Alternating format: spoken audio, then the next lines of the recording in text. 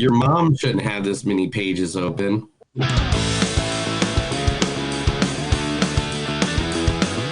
It's a show by Chris and Neil with all great movies. They are the real deal. We watch them all, so you don't have to. It's movies that don't suck and some that do. Ladies and gentlemen, boys and girls, listeners of all ages, this is a new episode of Movies That Don't Suck and Some Do. My name is Neil. I'm Chris. And today we're going to be covering two movies out there for your viewing world. Now, before we get into these two movies, I just want you to know, coming up soon will be a bunch of data episodes for a wonderful thing that we love to call Panic Fest. Chris went to Panic Fest. I couldn't go this year because while Chris was at Panic Fest, I don't know, where was I? You were in Philadelphia. Oh, yeah. I was at WrestleMania 40. Now, I love Panic Fest, and Panic Fest is a great place to go. Everybody should go. But I was at WrestleMania at the floor. So that's like saying, hey, do you want to go to the theme park down the road, or do you want a week at Disney World? And it's like, and trying to compare the two, they're both great. They're both amazing. And they both awesome. I would say that Panic Fest was, I mean, every year it's my favorite time of year. So I know, and I wanted to go, and I mean, next year it's happening for sure because I'm not going to go to WrestleMania again. That was expensive as F. And plus, how can I top the greatest WrestleMania of all time? John Cena was there, right?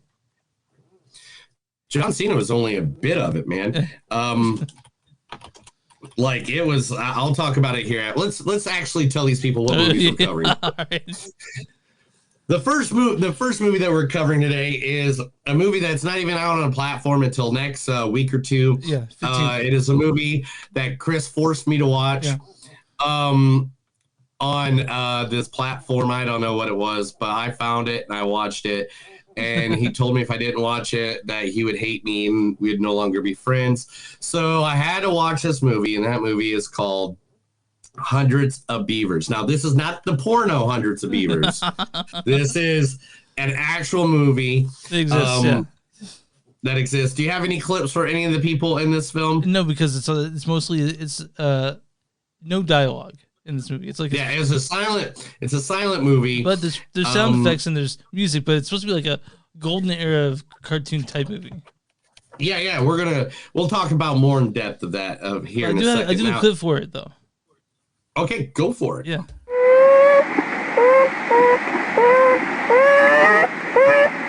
That's what a beaver sounds like, by the way. I don't remember hearing that. All right. I'm not sure it was in the movie, but I wanted to get a picture of beaver. All right.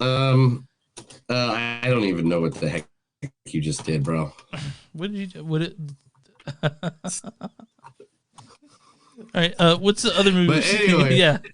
The second movie that we did is one that we missed about a month or two ago, and the reason being is I only mentioned this once.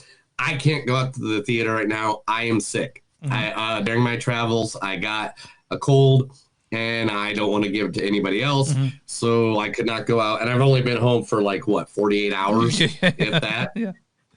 So in the last 48 hours, I watched these movies, put together the podcast as quickly and as good as I possibly could. And the second movie is one that we were dying to see before, and we finally got to see it, and that is Bob Marley, One Love.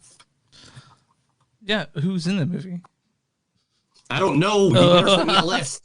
Kingsley Ben-Adir. Yes, ma'am. Yes, ma'am, his friend, and that is why I am trying to give him a wake-up call. There is no more room for anyone. Not you, not me, not Jimmy, not Sam, no one to be standing on the fence anymore. Our people are literally dying in the streets every day. Black people are dying. That's from One Night in Miami, where Kingsley Ben-Adir is playing Malcolm X, but this one he plays Bob Marley.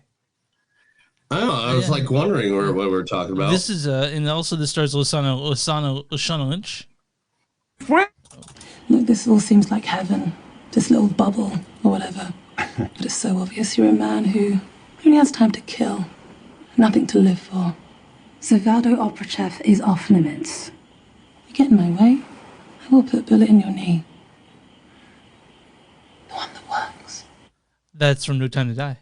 She plays the other Lieutenant Diane. No Time to Die in 007. She's the No other Time one. to Die. I Yeah, thought you said Lieutenant Dan. That's how out of it I am. That's Lieutenant Dan. Also, this stars Anthony Welsh as Don Taylor.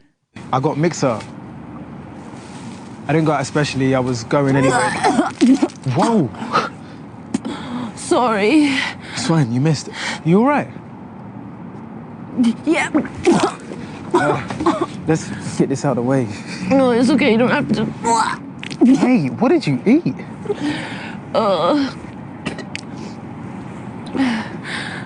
I'm disgusting though. They're sick on the street. A fox will eat it. Nah, that's disgusting. That's from a show called Pure. It came out in the UK. Yeah, I remember that. And then finally, I have another clip for James Norton. I asked for leave. I will take care of the children. John. There's one other thing. You should send your fabric to the dressmaker as soon as possible. I can't. No, I don't want to hear another word. I want you to have that dress. My old coat will be fine for the winter. John. It's all settled. John, I really can't. I sold the fabric to Sally. You did. I don't want you to be unhappy. That's from Little Women. Holy cow. Yeah, so. I remember Little Women. That's one of your favorite movies. No, it's not. But that was Well, you didn't like you didn't like Big Women, but you like Little Women. Oh, Greta Gerwig directed that one, by the way. In case you were wondering. I'm just kidding. I'm just kidding. I'm just kidding, but I'm not kidding. we're fucking here, man. And it's been I know where you live. Yeah, you do. You can make it here. Probably could you make it here without like GPS, you think? What? You can make it here without GPS, right? Just like straight from memory to my place. Can I drive from one place to another without GPS? To me, like without using it at all. Oh, to your house Yeah. right now? Yeah. Yes. Okay. If I use Shawnee Mission, if I use Shawnee Mission Parkway. Okay. Yeah. Okay. All right. From Shawnee Mission Parkway, because I know to take the right next to the liquor store, go down, and then you go down 2 over next to the house with the picket fence, and there's like 2, and then you go that way, and then your house is down on the left. Okay. See, see. All right, man.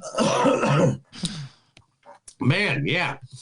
So, how's Panic Fest? It was incredible, dude. I'm movied out, but I was there most nights. I was not there Monday or Tuesday, but I was there Friday, Thursday, Friday, Saturday, Sunday, and Wednesday, the final closing night, to see Boy Kills World and Infested. And I'll tell you, man, I'm beat. Like, it's kind of exhausting, but I had a great time. Dude, you're exhausted. Yeah, no, I had to walk everywhere. I had like shin splits for like 6 months on my legs, bro. Like I was at a place with over 71,000 people on a daily basis, like over 48% higher than the WrestleMania before. Viewership was up 41% from the year before. And it was the highest grossing, highest back. I mean, again, look at this. Just look at this. This is just from my view from sitting down. Like, look at that. But how often were you how often were you seated though? I mean, like it was, back and forth. You go back and forth because it's like it'll be like 1 second, all of a sudden you'll be like, bam, you're sitting down. The next second, here comes the next big guy. But then we got to meet. Like we kept running around meeting people. There's the biggest moment of the weekend. That's Cody Rhodes' finishing story after 2 years. But then, like, we got to hang out with Kurt Angle. Yeah, look at that. Like, he was cool as hell. Didn't you meet a guy in the plane that was on the plane to Philadelphia? Like, Yeah, I didn't load that picture up. Yeah, but Bobby Lashley was like literally, he was right behind us, and I'll tell the story and then we'll get into everything. Yeah.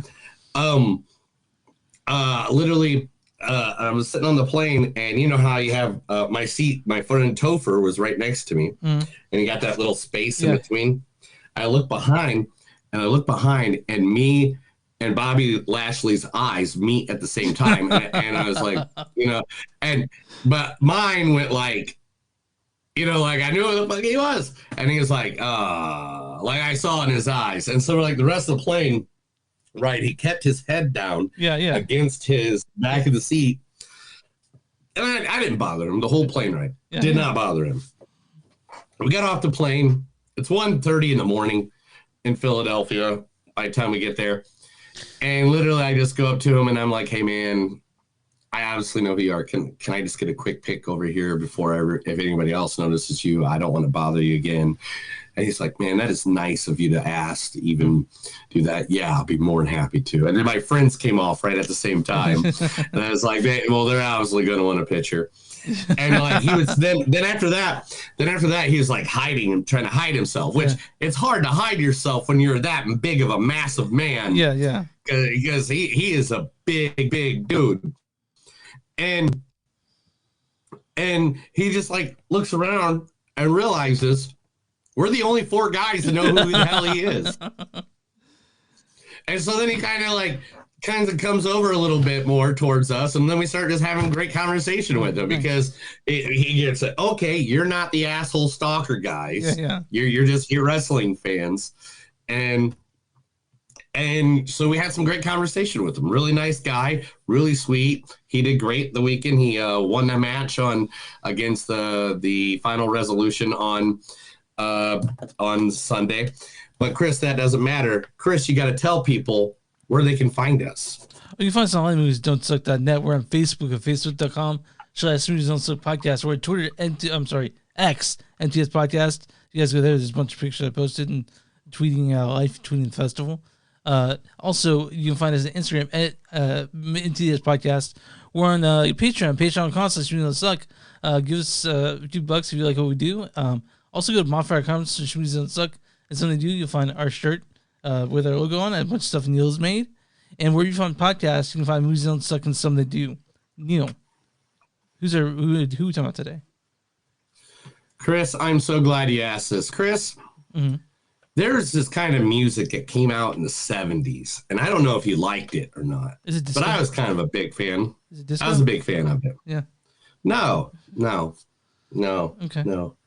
It's called punk rock. And this place I went to was the most punk rock place you could ever go to in the city of Philadelphia. That's right. The only place known as Crash Bang Boom on 4th and South in Philly. Now, Crash Bang Boom is a punk rock heaven of everything from t-shirts to stuff. That's Steph and oh gosh, what's his name? I forgot his name. Give me a second. I got all the info right here. That is Steph and Rob, and we hung out with them. Every place we went, for some reason, because of our green hair and stuff like that, people thought that we were in a rock band, and those two were just so nice. They got everything from t-shirts, old band shirts, like everything from like Dead Kennedy shirts, stuff like that. They are Philadelphia's premier. Yeah, dude. They are seriously Philadelphia's premier punk rock and roll shop, just a few paces off the world-famous South Street. Alternative apparel for punks, goth, metalheads, and rockers. Crash Bang Boom offers tons of cool stuff that you are not going to find at any fucking mall. What you see here on their site is just a sample of what they have. You can call them up, and they'll send you stuff. They're cool as hell. Band tees, leather jackets, girls' clothing, guys' clothing, footwear, handbags, belts, accessories, manic panic hair dye, makeup, jewelry, all the above. They even have secondhand consignment section as well. They are just, it's Stephanie Joels and Rob Winfielder. And I mean, the Dead Milkmen have for him there, I believe. Nice. Let's think I got that. I think I have the picture right Oh, wow, there. look at that. Yeah. And I mean, a lot of famous go in there. A lot of famous people have gone in there, including me. Yeah. I can see why everybody thought we were a punk. We were a band. Yeah, dude. yeah. I mean, look at the four of us together. It does not look like. But guys, it's called Crash Bang Boom. Their website is crashbangboomonline.com, or you can go to their Facebook, which is Crash Bang Boom Philly. Man. Can I get I didn't get a beverage. Can you give me 15 seconds to get a beverage real quick? No, nobody wants you to get a beverage. I'm gonna get one. I have to. I'll explain to Mimi LaRue why you were gone. Mimi, what Panic Fest is, it's a horror movie local festival for local artists. I think Mimi, if I'm correct, is that your mom? Where? Mimi LaRue? Yeah, Mimi LaRue, did she say something? Yep, here goes. Boom, what is Panic Fest? Oh, Mom, I'll tell you what Panic Fest is. Panic Fest is a film festival. They do sci-fi, thriller, horror, and it was here in Tennessee from April 4th to the 10th. I was there most days, and yeah, and it was great. Tell her who else is a part of it. What do you mean? What's the part? You have other family members that are part of it. Part of Panic Fest? Seriously, dude, you got some sisters-in-law that might be hanging out there. I don't know. Your sister? Yours. Oh yeah, yours. We came. Yeah, we came in. Also, Sarah. Sarah McGuire, friend of the show. Yeah, there were lots of people there, man. And it was good times. And I'm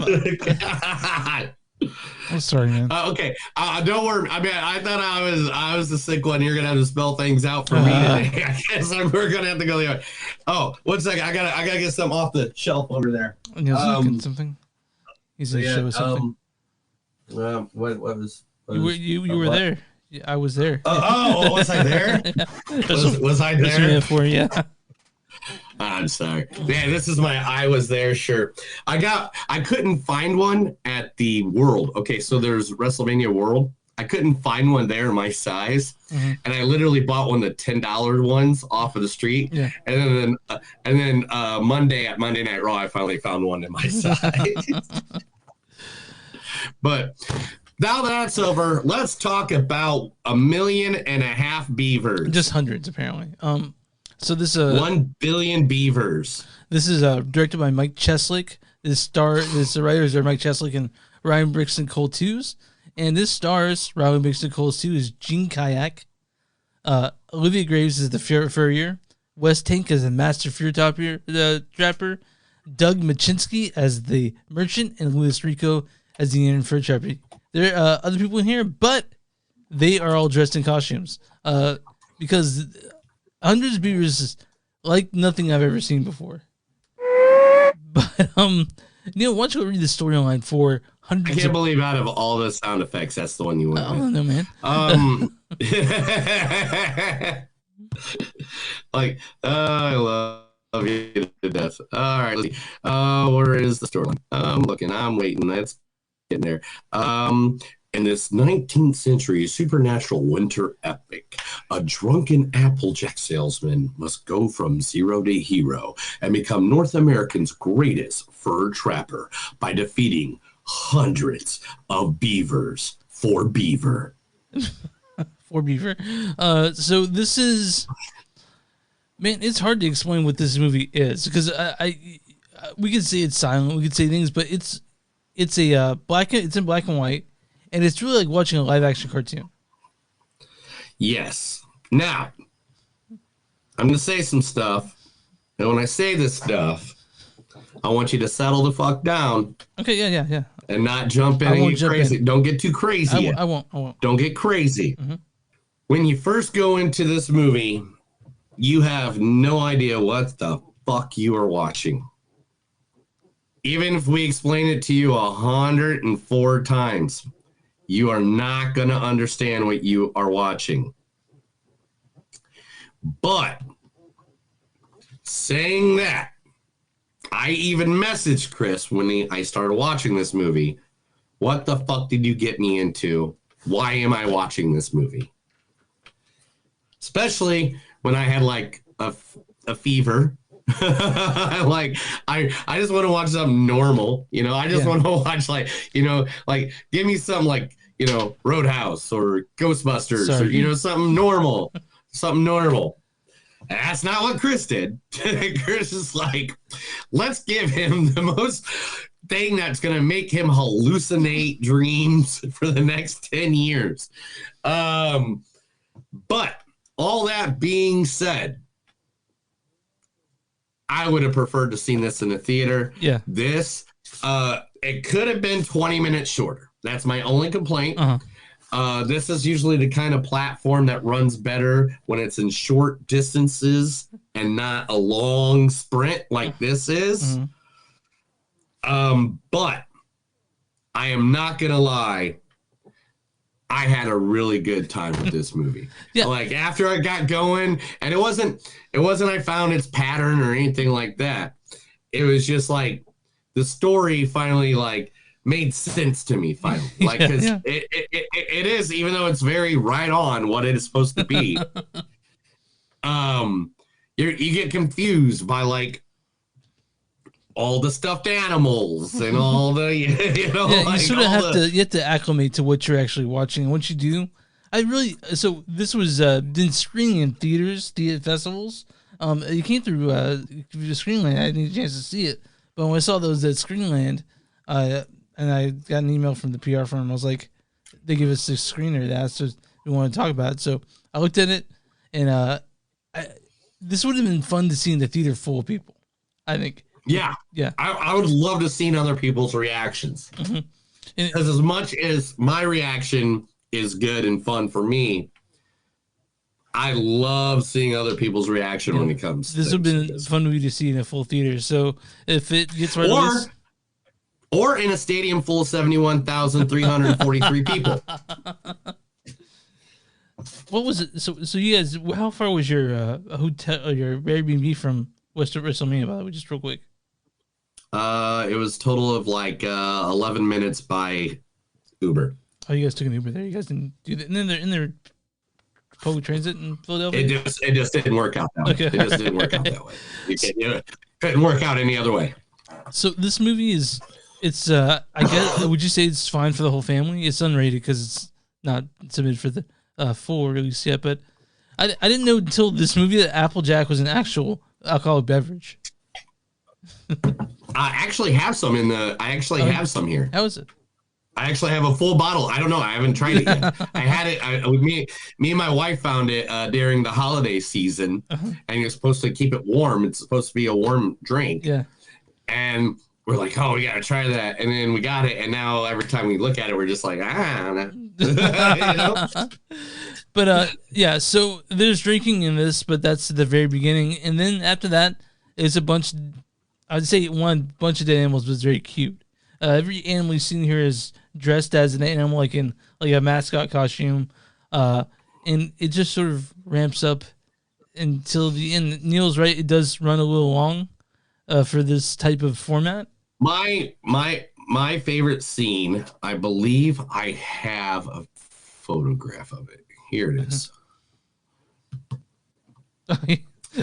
Is when they're ripping out the intestines of one of these stuffed animals, but it's all fuzzy intestines. Yeah, felted. Yeah, all felt. Yeah.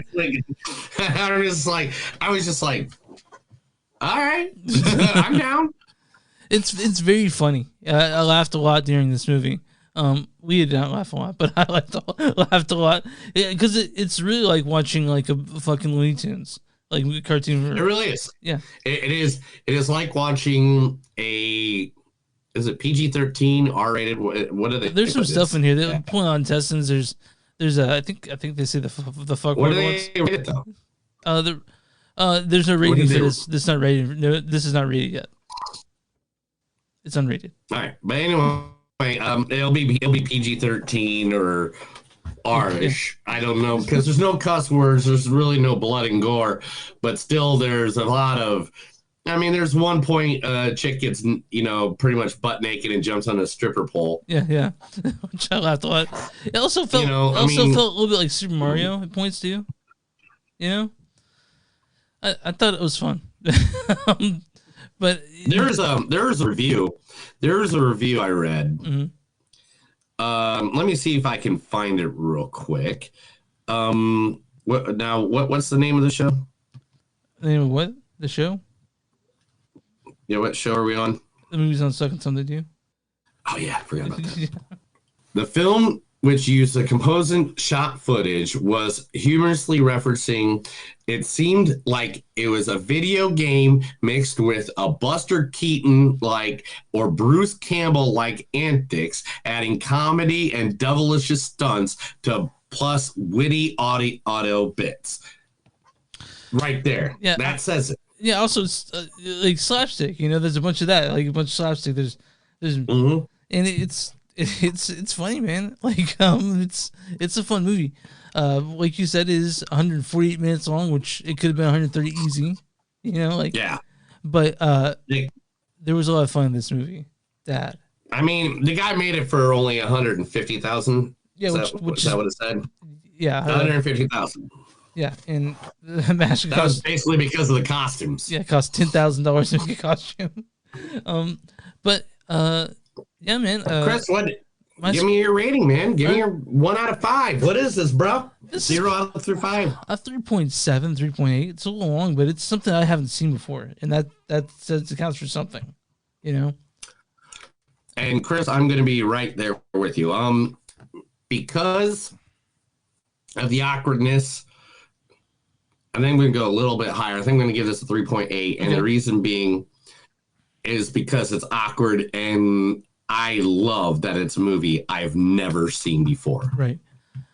So me and Neil, we're at 3.8 for Hundreds of Beavers. We do recommend it. It's going to be on VOD starting the 15th on Amazon Prime and Apple TV. So if you guys want to watch something fucking weird and fun, watch Hundreds of Beavers. RottenTomatoes.com. What is the audience score for Hundreds of Beavers? Oh man, they already got scores. Yeah, absolutely. I thought this was not available yet. No, it's available. Right. It did tour through the U.S., and so a lot of people saw it during the tour. All right, I am going to have to say it has to be an 85%. 93%. Oh, you're so close. Okay, all right. I'm on what's the critic score for Hundreds of Beavers? You was thinking 68. 95%. Damn! Certified fresh in the house. Yeah. Critics' consensus is sustaining a zany premise of stylistic bravura and inspired gags. Hundreds of Beavers is a comedic gem that gives a damn. I'll read a bad review and a good review. So this is from Luke White Thompson, the AV Club. He says, the reviews are about as sympathetic as a Caddyshack gopher, and John's a nitwit, so the audience's only rooting interest is in seeing how crazy things get. All right, whatever. And this is you're crazy. Yeah, and this is from Robert Abley of the LA Times. He says, you do well to satisfy your craving for knockabout lunacy by checking out Hundreds of Beavers. As visionary as Indy and Mini Moon and damn sight, more fun. So we like this movie. It's going to be available for VOD starting the 15th. If you're watching this, reading this, it'll be ready Sunday. So if you guys get a chance to check this out, it's fucking wild. It is pretty wild. It's check it out if you want to see something you've never seen before. That's basically the best way to say it. Yeah. So I'm glad that you enjoyed it, even though you were. Yeah, I mean, there. You can see it together. You can see it with a friend. You can see it with people you just met, or you could see it in an arena with 71,243 people. So, question: navigating that, was it easy? Like getting in with all those people? I mean, did you have exclusive access to the front? No, you had to go through all. You have to go down the road and stuff like that. But they did have our own porta potties in an area, so that was cool. So we didn't have to go up for that. Yeah. And then we had a beer guy that kept on hitting us up because he knew we were. We're the beer people. But also, besides that, it on the levels, when you're up on the different levels of the arena of the football stadium, that was packed as hell. Yeah. Like all the hell. I've never seen anything that packed ever. And I've been to 3 other WrestleManias. So like literally that was a little much. But as soon as we were in our own areas, but getting food and gear or anything like that, that was hell. That was hell. Like we'd have to wait like 30 minutes in a line to even get near to just getting a hot dog. You know what I'm saying? Like, so it's like, so then we decided to eat way before we got there. Too. Beer guys on the floor, and stuff like that. But all right, man, that's what we did. Yeah, you got some news queued up for us? I got some news. It's been a couple weeks. Do it. I know. We'll see what we got. This is the movies that don't suck in some of the news. I'm going to read stuff to Chris, and he's going to cry like a little baby because he doesn't understand words. All right. I'm gonna do this. All right. Let's. All right.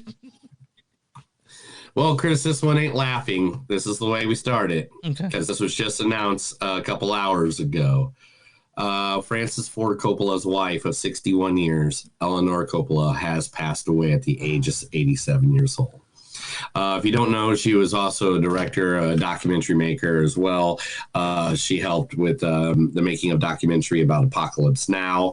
She did Hearts of Darkness. Oh, the Hearts of Darkness is probably my favorite documentary. One of them. Yeah. She won an Emmy for that. I mean, years and years and years. Go look up her work. Respect the lady. And respect Francis Ford Coppola and his family at the time. Our wishes go out to all of them. She is the aunt, if you don't know, of Nicholas Coppola, who everybody doesn't know is Nicolas Cage. Oh, yeah. Also, Jason Schwartzman, who is, she's aunt to as well. So, big family in Hollywood. Her art will be missed. And prayer, and good thoughts out to her friends and family. Yeah, sure. Rest in peace, Eleanor. All right. Are you ready for something that's going to blow your mind? Yeah. The last movie we previewed is now the #1 most watched original film in all of streaming history. That's right. The good old movie Roadhouse with Jack Gyllenhaal and Conor McGregor has huge success, so much that now even thinking of doing a whole series with good old Jake Gyllenhaal. Well, I mean, I like Roadhouse. I'd like to see that continue, honestly. Different setting, but still Jake Gyllenhaal just going out there and whooping ass. Yeah, I'd be into that. And are you ready for this? Mm-hmm. For the first week alone, 1.7 billion. What? Views of this movie? Billion. 1.7 billion minutes watched of this movie. That's a lot of minutes of Roadhouse. That's insane. Oh, I mean, good for Roadhouse, man. Like, we liked it, The official title of the movie coming up for the MCU, Thunderbolts, has an asterisk next to it. And nobody knows why. And Kevin Feige says you won't know until the movie comes out. There's a big hoopla around it. A lot of people have been freaking out over it. And I don't know what to think about that. So it says Thunderbolts asterisk? Is that what it shows? Yeah, there's an asterisk on the end of Thunderbolts. Oh, that's weird. I wonder what that means for people. But we'll find out. Yeah, I know. All the movies that Netflix is in the works of remaking and rebooting, they are sending the originals back out to the movie theaters. Okay, so movies like Dune, Beverly Hills Cop, 16 Candles, Footloose, Beverly Hills Cop, all those cult classics, Nightmare on Elm Street, all those movies that they're working on trying to make, and also The Natural and this is Spinal Tap, are all going out to the movie theaters again. So they want to get people hyped up because they're remaking and redoing reboots and sequels to all those films. I'm gonna pivot real quick to Panic Fest. And Panic Fest, I got to see Nightmare on Elm Street with Heather Langenkamp, the lead of that movie, and that was really that's amazing. Yeah, she was she told much stories about on the set. All right, Neil. Yeah, I'm gonna go kill myself now. You would have loved it. I know you would have. I mean, I wish I could have just like been within a hand's reach of like The Rock or something. But I guess seeing Nightmare on Elm Street would have been best. Let's continue with a little bit of the MCU news real quick. So a lot of people are upset about this. I guess it's happened about 10 days ago, but we haven't talked about it, so let's do it. So if you know Julia Garner, she's the girl from Ozarks, plays, the girl that, lives in the trailers with all her family, and she's always the one that helps. Julia Garner. Okay, gotcha. This is Julia Garner. I was like, yeah, no. Julia Garner will be playing the Silver Surfer. They are flipping it and making it a female Silver Surfer. So she's going to be Shala Blah in the upcoming, which means if there's a Silver Surfer, this announces who is the villain in the Fantastic Four movie. Who? Like the only biggest fucking villain in all of goddamn Dude, I was MCU, hoping bro. I was waiting for you to announce it because that's your thing. Galactus! Galactus, one of my favorite villains in all of comic books. They've never got him right on any form whatsoever, except for the animated series Silver Surfer. If you ever seen that, they were made by the same people that did the original X-Men. It's a good one-season series. Go watch it. But Galactus, seriously, I can't wait. He was in I hope they Eternals, do him right? He was in Eternals, wasn't he? No, he wasn't in the Eternals. No, don't you ever say. Jafar Bardem is the top choice right now for Galactus. You mean Javier Bardem, you mean?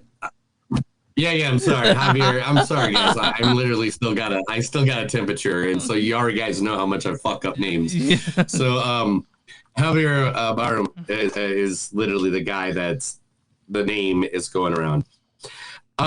Kevin Smith is coming out with a new movie, and it's going to be called The 4:30 Movie. It's an upcoming of age comedy set in the summer of 1986, featuring a story of love and friendship. The film stars Austin Cesare, Nicholas Caleria, Reed Northup, and Shaina I can't read that name. Shaina Ongadon, making a departure from his iconic Jay and Silent Bob duo. There will be no Jay and Silent Bob in this. This will be just a nice, great comedy of coming to age film in the 80s. So hope it works out. It's look like 16 Candles to us because it's in the 80s. So it'll be fun.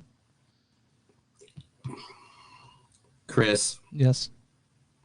Are you ready? I'm ready. I was born ready. Do you need... You have a choice, Chris. You can take the blue pill and go back to sleep and none of this ever happened. Or you can take the red pill and see how far the rabbit hole goes. Okay, I might take the red pill.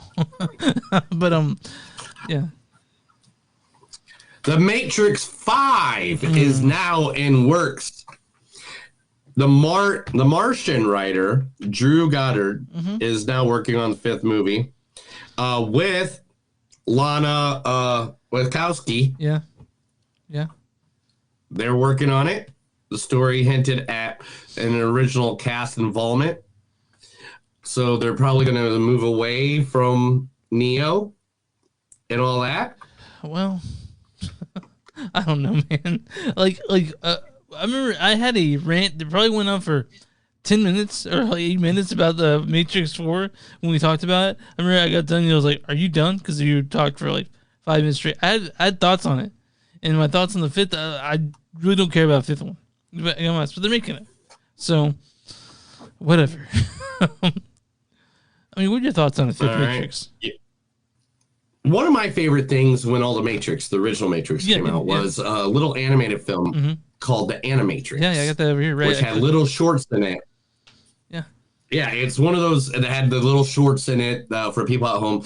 It has little shorts in it that of stories that happen within the Matrix. If they could get sometime like that kind of feeling in a movie and not just try to do the shoot 'em up, agent shoot 'em up kind of movie, then I'm all down for it. Because the Animatrix reminds me of like a Black Mirror or what Love, Death, and Room Robots. 401 or Love, Death, and Robots. There we go. Great. Exactly. Those are awesome because it's creative. It's new. It's something different. If you just give me shoot 'em up, Agent Smith bullshit over and over and again, I'm not going to care. I'm not going to care anymore. Yeah, so I'm going to be done. I wasn't a fan of the fourth Matrix 4, whatever it's called, like Reloaded Again or whatever. But I mean, we do a movie podcast. We're gonna have to fucking talk about it. So Right. Right. A lot of people were like, "You gonna see them?" Like, yeah, I have to do this for the show. So, right. And so all right. Do you like DC movies? I know you don't. But anyway. So secretly, nobody knows this, but secretly, for the past couple weeks, all the DC movies have been disappearing from all the platforms. So, like, that means like everything you got off HBO Max and stuff. It's just Max. Okay, it's not HBO. sorry. Yeah, everything's just on Max and stuff. I saw this heated argument between wrestlers about that on a the show the other day. Anyway, yeah. So they are going to be doing the Disney approach. Okay. They're going to throw things in the vault. Oh. And in a couple of years, they're going to release them out for people to watch them. Do you mean like a DC like subscription service thing again? No, okay. They're just not going to put them out there in the public because they're trying to figure out some way to be different than Marvel. I see. So they're basically making it like we're resetting. They've took them off. They've took them off of Netflix. They've taken them off of Disney Plus. They've taken them off of on Max. They've been taking them off, and people just now began to notice. Is the Harley Quinn series still on Max? That's one I don't know. It better be. Better be. I haven't checked. Because if it's not, man, I will kill a motherfucker. I know you like that. I will kill them. I will kill them all to death. And then, all right. Let's talk real quick about trailers. Me and you. Some couple of trailers came out in the last week. Let's talk about two of them specifically. Okay. One, I know you've had seen it. Maxine's trailer came out. Mad Scenes? Maxine? Oh, yeah. I forgot I saw that. Yeah. Absolutely saw it. I'm the sick one. Yeah.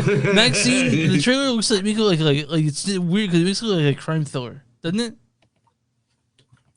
Yes, I'm all for it. Yeah. Because it gives us a different, because that's what worked with X and Pearl. They were different. Is that they're different. Yeah. They're completely different. And you're giving us a third movie that's going to link them all together, and it's a criminal mystery documentary kind of. Yeah. I love it. Excited, I love all the above. I can't wait. Now let's talk about the other trailer that came out. Okay. I'm not even going to try to pronounce the second part of it, but it's the Joker sequel. Folie du or something like that. Yeah, I saw that. What's your thoughts on that? So it's interesting in the fact that I don't know if they need to make a sequel, but Tom Phillips said it's a musical, but it'll make sense when you see it. Everyone would think it's actually musical, but I don't know exactly what it's gonna be like. I'm interested, but I don't know, man. I didn't really think we needed a sequel for this movie, and I don't know if maybe they jumped the shark, but I don't know. Fully I do. Joker, fully I do. It's the sequel to Joker, the thing they said wouldn't have a sequel, and now it's almost done. It'll be here in September, I think. Right. And my thing is this, man. It's not your Joker. Not your Joker. Not the one that. It's not my Joker. Yeah. I like the Joker movie, not my Joker. Mm-hmm. And in that universe, it all works out. Let's just follow the story. If it's good, it's good. If it at least makes sense, like as long as it's like doesn't show a superhero who's crippled after 5 weeks of being a superhero and kills every person that he meets, you know, if it makes sense. If it makes sense. Yeah, we'll find out October 4th. All right. Yeah. So let's see. I know I'm running a little long, but okay. We knew it would because, you know, We've been we off. haven't talked about news. So I'm going to cut a couple things real quick, and I'm just going to talk about all the happy, good stuff. OJ's dead. That's happy. Let's talk about that. He's good. Good times. Yeah, OJ's gone. Sorry to the kids. You know, he has kids. He has kids, right? I don't know. Sorry to the kids if you ever hear this, but the bastard did kill your mama. Hope he has fun and health. That exactly. All right. So this is going to basically be like a bunch of movie announcements. I figure is where we're going to go with this. Oh, let's get this other one out of the way. Jonathan Majors, found guilty. Will be serving a year of community service for his violent acts. Everybody is asking for the guy who plays in the new Fallout series. If you've not seen the Fallout series, you've wasted your life. And since that came out, me and my wife have one episode left, and I've been sick as fuck for since I got back. That show is amazing. Go fucking watch that tonight. If you ever like the Fallout series, watch it now. This second. This very fuck us. Turn us off. Go watch them. Chris, get back here. What are you doing? No, sorry. But anyway, John Majors found guilty. All right. Cast news. Jeremy Allen White has been cast as the boss himself. Bruce Springsteen in an upcoming movie called Nebraska. Okay, so whatever. Jeremy Allen White's knocking everything. Huh? So they're going to talk about the making of that album, probably. Jeremy Allen White said, because all biopics nowadays, they still always seem to focus on like a pivotal moment of an artist's life. So I guess they'll be making in Nebraska. Which, hey man, I'm all about that. I'm all about it. And plus, it's Jeremy Allen White. Guy's amazing. He's knocked everything out of the park so far. Mm-hmm. What can we say? Batman Beyond is getting the green light. They released the minute long footage that the animators did to get the green light. Mm. Yes, we want this. I watched it earlier today. We want this. It's awesome. You can find the footage. I know it was on movieweb.com that I saw, but go for it. Batman Beyond footage. All right, here we go. New movies being made. Okay. Blair Witch Project by Blumhouse is in new reboot of the Blair Witch Project is in the works by Blumhouse and Lionsgate working together. Interesting, because I saw the Blair Witch Project also Panic Fest. They had the director and Michael from it, and they didn't mention that at all, which is cool. Mm-hmm. I'm sure that they wanted to say something, but you know. Yeah, this was 2 days ago. They just announced this. Okay. They said that they're going to be trying to get back to the success that it originally had. Mm. All right, let's go here. What's this? No, that one I opened on accident. Stanley Kubrick's debut film, it has been restored to its original version and is now streaming. So you can go see Kubrick's 1953 war film Fear and Desire, which is considered one of the best movies of all time. The original 70-minute version of Fear and Desire was recently discovered and has been remade. Not remade, but is now streaming. It's not saying where it's streaming at. It's not saying where it's streaming. But go look it up. Stanley Kubrick, if you like him. Kubrick is literally one of the best directors in the history of everything. Yeah. Arguably. I agree. Amy Adams is going to be in a horror movie called Night Bitch. It'll be coming out in December. The film could be a dark horse hit for Adams in a horror genre, offering a unique look. It's a stay-at-home mom turning into a dog at night. Nice. Go Amy Adams. Renee Zellweger, Hugh Grant, and Emma Thomas have all signed back on. And the name of it, yes, the Bridget Jones movie I announced last month is called Bridget Jones, Mad About the Boy. Emma Thompson, Hugh Grant, Renee Zellweger. I'll go see it. Do you like those movies? Watch it. Your mom likes those movies. Yeah, they're good movies. All right. Five Nights at Freddy's has got the green light. Five Nights at Freddy's 2 is on its way out the door. Cool. Awesome. Boom. Gone. Let's not talk too much more about that. Glenn Powell has been tapped to star an Edgar Wright's adaptation of Stephen King's remake, The Running Man. They said that wrong. It's not Stephen King's The Running Man. No. Who wrote The Running Man? I don't know. They're saying Richard Bachman. Oh, so yeah, I mean, okay. I was like, but when they do it now, when they republish it, is it under Stephen King or is it Richard Bachman? I have no idea. I haven't looked. But Richard Bachman was Stephen King, if you guys don't know that. Back in the day when they had Emerson's. Mm-hmm. The Scary Movie series is getting a complete reboot, and it's under development from Paramount and Miramax. Okay. I don't know if that actually needs a remake, but okay. The new installment will hit theaters in Halloween season of 2025. Okay, next year. Oh, we got time.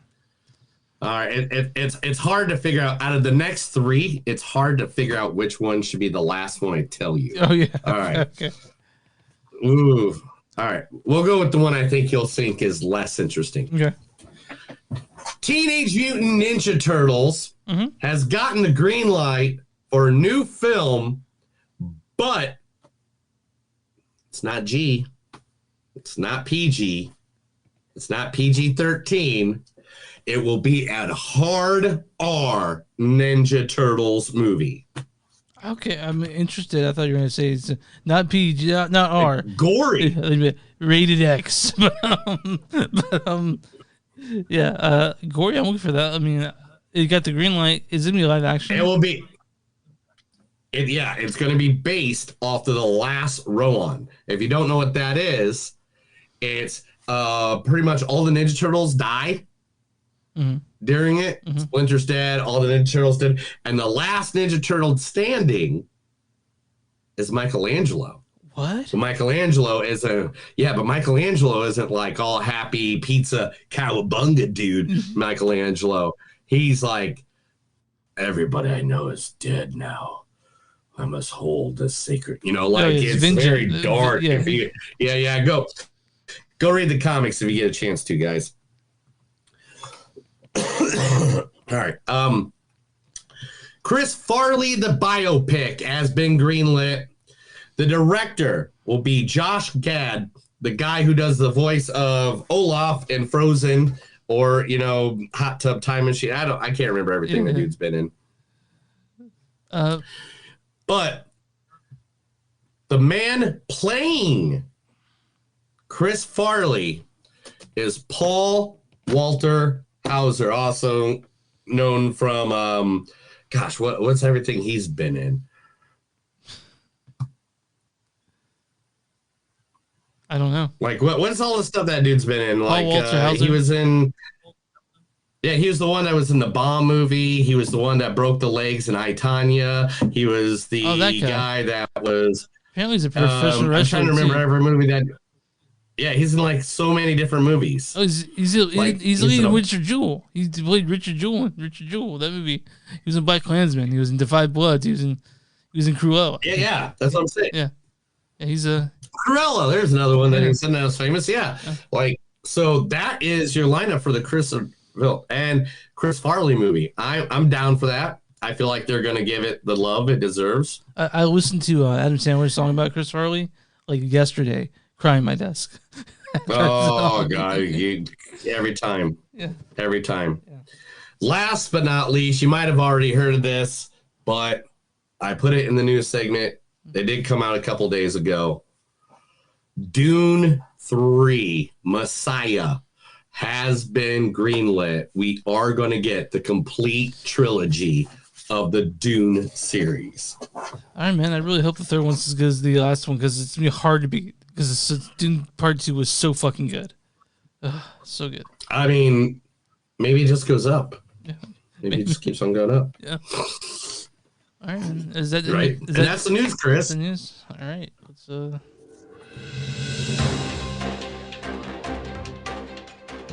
That is the movies don't suck and some of the news. I told Chris a bunch of stuff because he's blind in both eyes since that accident with the acid.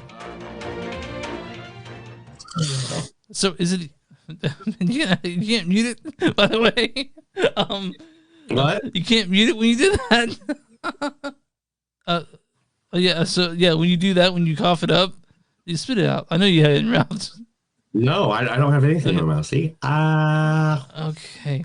All right. So we're talking about Bob Marley, One Love. This is directed by Ronaldo Marcus Green. He's directed such things as Monsters and Men, King Richard, the movie with Will Smith before we won an Oscar that time, but earlier that evening he slapped Chris Rock, and that was some fucked up shit to see. This is written by Zach Balin, Terrence Winter, and Freaky Flowers. This stars Kingsley Ben-Adir as Bob Marley. Yes, ma'am, his friend, and that is why I am trying to give him a wake-up call. Also, Lashana Lynch as his wife, Rita Marley. Look, this all seems like heaven. James Norton plays Chris Blackwell. I asked for leave. I will take care of the children. Also, Anthony Welch plays Don Taylor. I got mix-up. This also stars Tosin Cole as Tyrone Downey, Umi Myers as Cindy Breakspear, Michael Gandolfini, the son of the late James Gandolfini, plays Howard Bloom, Alex Agan plays Peter Tosh, and there's all types of people that you recognize in this. Neil, what is the storyline for Bob Marley, One Love? The story of how reggae icon Bob Marley overcame adversity and the journey behind the revolutionary music. So before reading this, Neil, what do you think of Bob Marley's music? Are you a fan of Bob Marley? I mean, one time when he did my, my bar mitzvah, he was awesome. Not that, but I think you're thinking of different Bob Marley. What do you think of? So, I don't think you're Jewish either, are you? You're not Jewish. No, I'm not any of that. That's why all that was funny, Chris. It's called a joke. What I think of Bob Marley, if you don't like Bob Marley, at least a couple of his songs, at least something. Mm-hmm. If you don't every now and then go, I shot the sheriff, or if you don't go, jamming in the night away, jamming for one love, one life. Like if you don't have that funk, that jazz in your hips, I feel sorry for whoever you're in the bedroom with. Yeah, Bob Marley is like literally, dude's a visionary. Dude's a visionary, and this movie only covers from the time to his first attempt at a Pete's concert to his last time at Pete's concert in Jamaica. Covers that 5 or 6 years in between that. Yeah. It's not a comprehensive biopic as saying from child to adulthood until his death in 1981. It just covers that. Just covers probably the most pivotal time of his career, and I liked it, man. I did like this movie. I liked it, and I didn't like it. Okay. Can we talk about what you liked first? Sure. Acting was great. Person, places, things were awesome. Yeah. It was good. I think the movie stopped too early. Yeah, you could have gone another hour, maybe. No, I don't mean the time frame wise. Okay. As the story itself stopped a little too early. Okay. I think it needed to set up one of the biggest events that Bob Marley was a big part of, which is creating peace between the different sides of the Jamaican warfare. I think they should have set that up more because that was a very pivotal time, and not just Bob Marley's history, but the history of the world. Yeah. Because of them, literally a civil war stops. I mean, that's a pivotal point of history, man. That's like doing an Abe Lincoln movie and you just completely just throw out that whole Civil War thing. You know? Yeah, so I do think that a lot of people were complaining that it didn't show enough of this creative process, and I thought we got enough of that. I really liked the scene with Exodus. That was a cool scene. Yeah, I thought, especially with the what they call him, Permhead, I think was his nickname that they gave him. Yeah. I kind of gave a little bit of like, oh, hey, this is how we do it. And he's like, well, this is how I do it. And I thought it was really good. Also, the fact that I researched Rastafari and stuff like that, and knowing that all this time, it wasn't it was Jah. Ja, yeah. And I just thought, Jah. Like, Jah people need to make it right. Like, I thought it was the people got to make it right, but that's just a Jamaican accent. Yeah. You know, it's just Jah is the name of God. Jah is the name of their God, or Savior or whatever. Restaurants also believe Haile Selassie, who was emperor of Ethiopia, was the second coming. I also believe and he was considered the second coming or whatever in the 1920s or something like that. Yeah, but so that was cool facts to learn. But I thought they could just. I don't think it was creative. I think really, I don't know, the creative part, I thought they gave us enough of that. The only thing, my biggest problem is the guy who played Bob Marley was not dirty enough. Not dirty enough. Look at him. All right, let's do it side by side. That guy, all right, nothing against his acting. His acting was great. But his dreads were too nice. Is that what you're saying? His whole appearance was too nice. He was looking. He looks like that rich guy that put on some dreadlocks and's like, I'm gonna be Bob Marley for Halloween, bro. I mean, and everybody's like, look how uniform all the dreads are. Like when you see people with dreadlocks, they got big ones, they got fat ones, they got ones that are wiggling. Look at they're not. Yeah, look how Bob's is. Look how the actual Bob's is. Yeah. You know, like, and that's my complaint is the fact that he looked like a rich guy that goes to a Halloween costume contest at at his dad's law firm dressed like Bob Marley, and he didn't make me feel like he was Bob Marley. You want better. You want different dreads. I get you. But not different dreads. It was him in particular, period. Okay. Like, all right.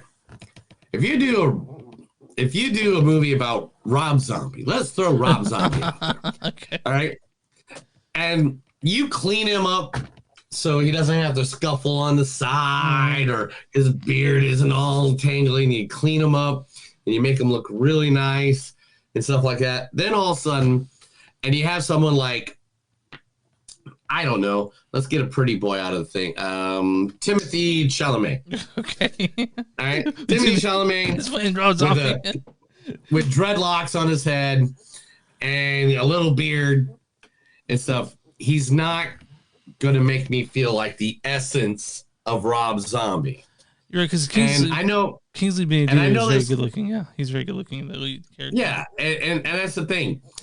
He was just way too good looking. And that's the thing I think this is the problem I've had with all the music bios. I think this is all coming full circle to me now. Because Austin Butler made sense, because Elvis was known to be a sex idol, right? Yeah, Austin Butler was very sexy. But yeah, Taron Egerton playing Elton John. Elton John was balding, a little chubby until he got a little older and got the cocaine habit and stuff like that. But he's way better looking than Elton John. Good looking. Yeah. Romley Malik playing Freddie Mercury. Freddie Mercury was a good-looking guy in a way. Yeah. But Rami Malek's better looking than Rami Malek's a different level of good looking. Yeah. So I think we need to chill our fucking tits on some of this, guys. All right. Even if we go a recent movie that has nothing to do with music, but Iron Claw, where you have Zac Efron playing Kevin Von Erich. Kevin Von Erich was one of the better looking of the freaking Von Erich brothers. But he's not even 5 levels near what a Zac Efron is, you know? And I'm not trying to be a dick. Yeah. I know all these actors are good looking people and they're just doing them. And the acting is great, and that's what makes it and stuff like that. But sometimes it makes it so that these people, these legends, are unreachable. So you're saying that when they're very reachable, we have these actors that they're part of the reason why they're popular is because they're pretty attractive. Like I mean that's what would be an actor. That's kind of what you need. Right, and I understand they want to take roles of these legends. Yeah. But most of these legends were not good-looking people. They were just really fucking talented. Well, I wouldn't call Bob Marley ugly. I'm not saying he's ugly. I'm not. You're saying Kingsley Benadir is very attractive? That's what you're saying. Yeah. I'm also saying Bob Marley didn't shower often. Yeah. I mean, with dreads, you can't. You know what I mean? I mean, they even made it a point about his infected toe. Man, that was so gross. Oh, my God. That was so disgusting. Yeah, and he did not shower a lot. I mean, and it's not him as a person. It's just that's the culture he was part of. Yeah. And stuff. And I'm not saying that's dirty, wrong, or anything like that. I'm not pointing one thing out of the other. I'm just saying it looks like, it looked like good old Kingsley was getting skin treatments in between each take. But anyway. But besides that, all right, let's get to the good part of this. Okay. The acting was great. Yeah. The acting was great. The storyline was pretty cool. I just wish they would have gone, 30 minutes longer in the movie, or made that ending part of the movie I definitely was a little more. I was definitely engaged the whole time during this movie. Yeah. There was no time I was like, I didn't look at my phone at any point, I don't think. Which is, hey, that's something. to bring up now, but this movie, it was good. I enjoyed it, but I do know that people, if we're gonna be super film critics about it, it's not as cohesive as it could be. It's also does nothing really new with the biopic. Not that I need something new with something like this, because I enjoyed it and I like Bob Marley, so I was stoked to see his story told. Oh yeah, and definitely. And it's still great music. Obviously, his music is also all throughout. So you're gonna get your head bobbing quite a bit during this whole thing. But yeah, man, you just gotta stand up for your rights. Yeah. Anyway, but it did bring it through. I thought there'd be more weed smoking in it. They mentioned it once or twice. They're smoking weed the whole movie. What are you talking about? I know, more. But it's PG-13. So how much weed could they really show? You know what I mean? There's so many. They didn't call it weed. They're just sitting there, passing it, smoking it everywhere, and they just didn't call it weed. Or a person would just be smoking a joint by themselves and not passing it, making it. So it's near the beginning, like the very first scene, you see Bob Marley in a car smoking a joint while he's driving with his kids. I'm like, is that okay? Yeah.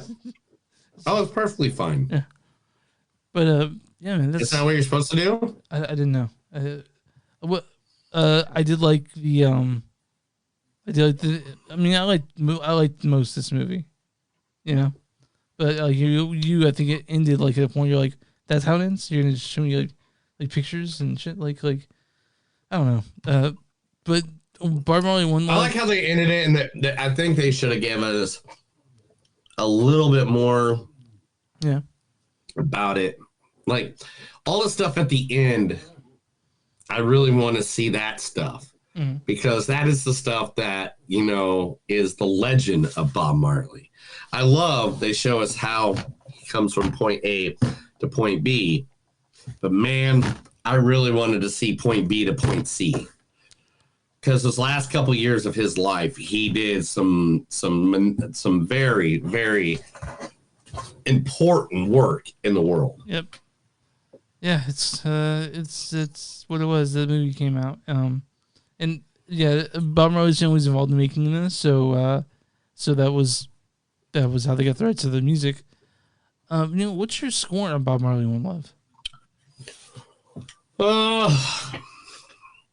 I think it's a good movie. I'll give it 3.5. I'm not going to give it higher than that. And the reason being is, again, the parts I wanted to see about the Bob Marley story is the things of history that he did a major part of. They show a glimpse of that, and they're trying to show more of the creative part of him. It's not the way I would want to go in a Bob Marley movie, because I want to show the work that he did. It's just like, hey, man, let's do a George Washington movie, but don't have anything involved with the Declaration of Independence. He had a great life all the way up that, and even after that, but let's not show any of that. It's like some of those key points, I feel like, especially when you're doing bio movies, you have to put those in. Yeah. And it's, like if you do a Hulk Hogan bio movie, you're not going to not show the first time you won a title, Yeah. Yeah, there's a whole lot of things that Bob Marley did that they didn't mention. Like, example, like they did mention once that his trip to Africa, but it was a sentence. It wasn't anything. Yeah, it was an afterthought. And those things meant a lot. Yeah.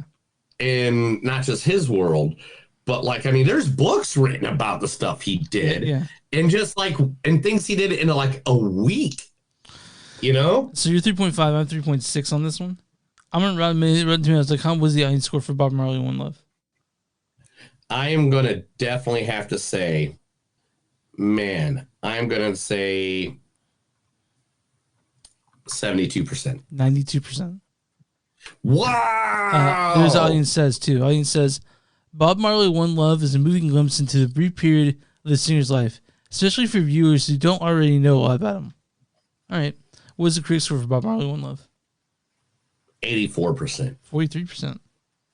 Wow. They went way down. Critics' consensus is Kingsley Ben-Adir does an admirable job in the central role, but Bob Marley One Love is ultimately a standard biopic, doesn't do justice to its brilliant subject, which is, I think, what your call. I think that's what my and I hate that I'm agreeing with freaking critics like that, but that's my thing too. As much, and I don't care about the creative process of him making music.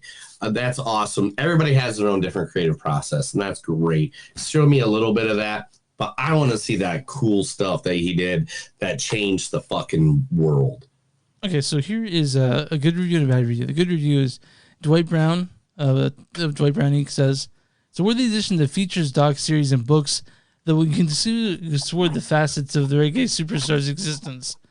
This may not be the ultimate Marley narrative, but this project respectfully keeps his memory and mission alive. And this next one is actually from Jake Wilson at The Age, and I think that you would agree with this. Is considering this unlikely to be the last attempt to dramatize Marley's life story, next time it wouldn't hurt if a Jamaican filmmaker had to go, which would actually be interesting. They'd actually be interested in showing that part that had changed Jamaica. When it came to Bob Marley, because you were saying that he did a whole lot of cool, earth-shaking stuff. They don't explore well enough into the movie. So right. And so, this is Bob Marley One Love. It's on Paramount Plus if you guys want to go watch it. I think it's also on VOD if you don't want to subscribe for that. But it's okay. It's not the shittiest. I was engaged the whole time, and I thought Kingsley Ben-Adir did a good job. But Neil also has a problem with all the biopics where they have extremely good looking playing just regular looking folk. So, here's a good review of it here too. I just found this one, right? Yeah. Damn it, I love professional wrestling. This is what I think about WrestleMania 40. Now that doesn't mean 39 and 38 wasn't getting back to gold standard, because they were great matches, such as Seth versus Cody. But man, this was the first one without the thumbprint of Vince McMahon, and boy, as hell, damn it, I love professional wrestling. Thank you, and thank you for making this event happen. Is that, I mean, like, seriously. Is that something you're going to mention on your other podcast? I haven't started that, because what I was going to do is I was going to start that when I was there. But you're sick of shit now. And I was getting sick there. I mean, I've been sick for like a week and a half, bro. I mean, like, and I just didn't have the energy to do it. Yeah. Like, I wanted to do it, but you're going. What I would be awake by noon, would have to get food, water, shower, 4 people in a building, getting all ready, then have to get down there by like 2-3 o'clock. You're going to the first event. Then after that, you got to go to the next event. Then you got to go to WrestleMania. As soon as you're done with WrestleMania, your adrenaline's going 105 miles an hour. Got to wait like at least an hour or two until Ubers go down in price. And then so you get a couple drinks, and by the time you get back to the apartment, it's 3-4 o'clock in the morning. Then you want to watch WrestleMania that you just went to, or the wrestling event you just went to. You're going to watch an hour or two of that. Then it's going to be like 5 o'clock, 6 o'clock in the morning. You got to go to bed, get back up, and go again.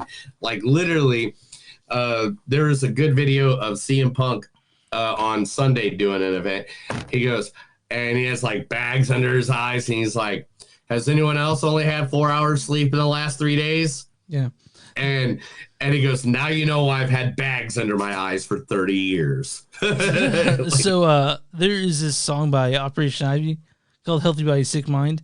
And the thing is, the song talks about how this guy's running himself ragged, and he's taking vitamins, but he's running, and he's working 8 hours, and it's just a matter of time. Sick body, sick mind, which means, like you run yourself too ragged, you're going to get sick. And do you think that's what happened? I don't know, man, because I'm the only one that got sick in my group. Yeah. And so it's like, it's just funny. It's like, how am I the sick guy? I was the one that was trying to get as much sleep as possible. I was trying to eat salads and not just Philly steaks and pizza. I'm the one that was trying to stay healthy, but yet here I am. All right, man. Well, you guys can find us on moviesdon'tsuck.net. We're at Facebook.com/moviesdon'tsuck podcast. We're on X and just podcast. You guys want to see some pictures from Panic Fest last week? Go ahead and check out that feed, because I was actually using it. Go to Instagram at NCS Podcast. We're on Patreon. Go to patreon.com/moviesdon'tsuck. You'll find Neil $3 to get himself a salad, or maybe something else. I don't know. Go to bonfire.com/moviesdon'tsuck and send the you'll find merch for us there. Our shirts, like 3 or 4 shirts of us, and a bunch of stuff Neil has made. And where you find podcasts from Movies Don't Suck and some that do. Neil, if you got a small business, what would we do for you?